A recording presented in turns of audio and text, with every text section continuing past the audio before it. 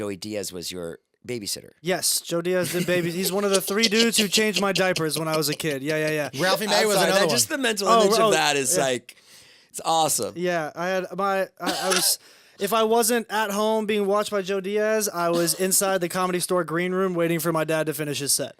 Like, that's. Well, actually, the Comedy Store wouldn't let you inside. The Improv did. The Comedy Store, the other comics would watch you. I'd leave you in the minivan with your brother and sister, and somebody just go sit in the car with us. Sit in the minivan with you. Hilarious. Yeah, it was. That amazing. Might be funnier than being in the green room. In all honesty, Joe Diaz. There were 2 people.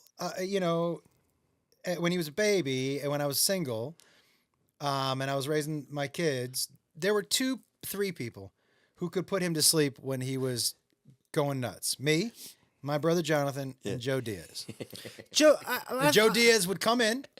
It's so funny. He'd come in, he would grab him and hold him tight so he couldn't scream or struggle or breathe. And he would go, turn on Rage. And he would put on Rage Against the Machine. And he would just rock him until he went to sleep. The 2 artists. You've been touched by the comedy greats, Jacob. The 2 artists. You have it in you. You are going to be the best comedian of all time. Joey Diaz rocked you to sleep. To Rage Against the Machine. And Sublime's first album. And Sublime. Sublime's first album was the one you could put that on no matter what. Sure. But I also feel like Joe Diaz, you know how sometimes when you couldn't put me, Kate, and Trevor to sleep, you would take us in the minivan and blast the heat and pretty much just give us heat stroke in the van, and then we'd be asleep? Yeah. That's kind of what I feel like Joe Diaz's version was. He would just kind of smother me, and he'd be like, well, now you can't scream. Now you got to focus on breathing. And now we're not screaming as much anymore, are we? And I mean, it worked. Shit. I mean, I can't blame him. Can I tell you my favorite Joe Diaz babysitting story? Please, and can you do the voice? Because it's like he's I'll here. do the voice. Hey, Josh Wolf. Hey, Josh Wolf. So first of all, he only ever called me by my first and last name. Hey, Josh Wolf, right? And so one day, here's how it would go. Now, at the time, Joe is in way better and healthier now than he's probably been since when I first met him. Yeah. By the time I bet you he went 340, 350. Okay. And I don't think if he's taller than me, maybe an inch taller than me. Yeah. He's not. I don't think so. And he never used to wear underwear. Now, sure. I would consider him, for those of you who don't know him, he's a comic and larger than life dude. I would consider him to be a moral criminal. Uh-huh. And what I mean by that is when I would leave a $20 bill out on the counter, he would take it, but then he would take me out to lunch with the $20 bill.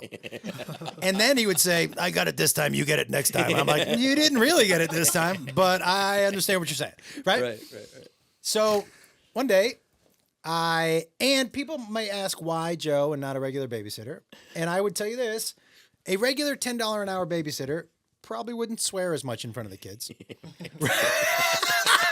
Right? Probably not. But Joey would jump in front of a bus for the kids. Sure. And to me, that was so much more important. And they loved him. And he had fun with them.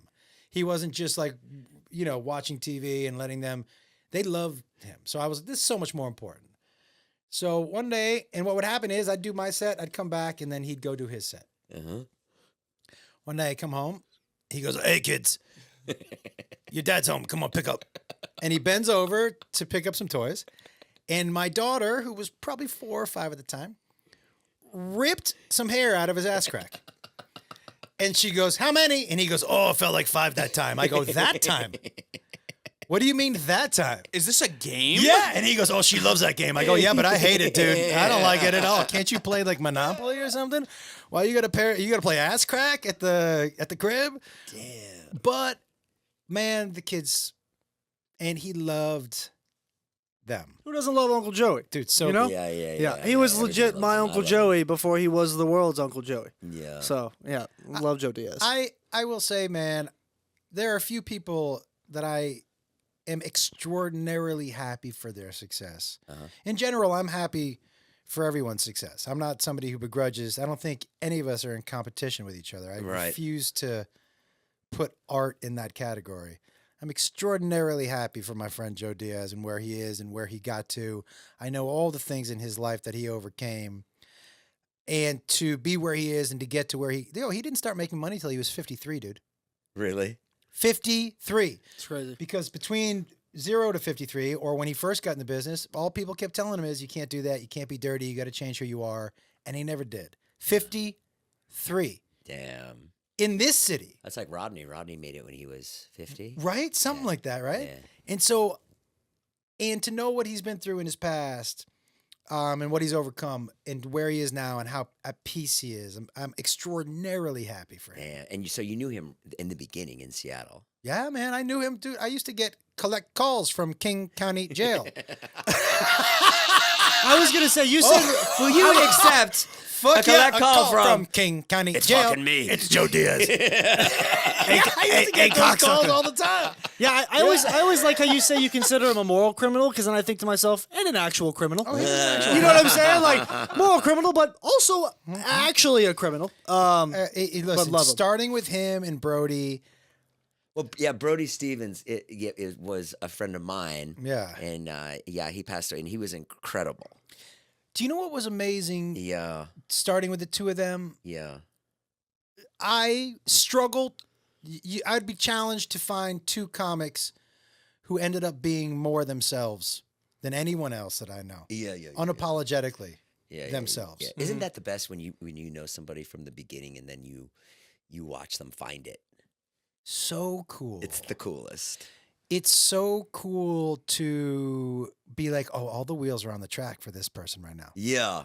Like there's not one wheel that's kind of idling. All the wheels are on the track, and I am going full speed. Yeah. And can I tell you the first time we saw Brody be Brody? Yeah. So he was on stage, and he used to write these jokes like every young comic. And one night he's bombing it only the way Brody could bomb. Yeah. Which was a unique bomb, am I right? Yes. There was no bomb like a Brody bomb. Yeah. And it was the first time we saw him snap and truly be himself on stage. And he was like, guys, I don't think you understand. Do you know how hard it is to be a single man at home? He said, I tried to get ready for the show tonight. Do you know how hard it is to be a guy who lives by himself and shave his own back? And he goes, I've got trouble spots. And he lifted up his shirt, and he had patches of hair that he couldn't Hilarious. reach. Oh my god! I had never seen anyone do anything like that on stage before, right? Because especially back then, it was pretty formulaic. Do your jokes and right. Yep. He just went straight. This is me with a hairy back, and we were like, "What? Yeah. Amazing!" It was the same thing with Joe Diaz. Joe Diaz would write jokes, and they were, but when he snapped, when he just went off, it was an energy that I couldn't understand. I was like, oh, and we would talk about it. I'd be like, why can't you? We were too young to figure out there was no truth in the jokes. Yep. And it was all truth in the rant. And that the truth is really what the audience was sinking into. Uh-huh. They were sinking into the authenticity and the honesty of the art, which I think is what, when we think of all our favorite artists, that's really what we're into, is the authenticity and you know what to me, the perfect combination, and this is almost a unicorn, so it's super hard to do. I think Joe Diaz does it, actually. Uh-huh. It's the combination. It's really hard to be relatable and unique at the same time. But that's what the great ones are. It's like, I've never seen that, but I relate to this. Mm-hmm. That combination is so hard to come by, but when you come by it, those are the people who you're like, that's a one of one right there.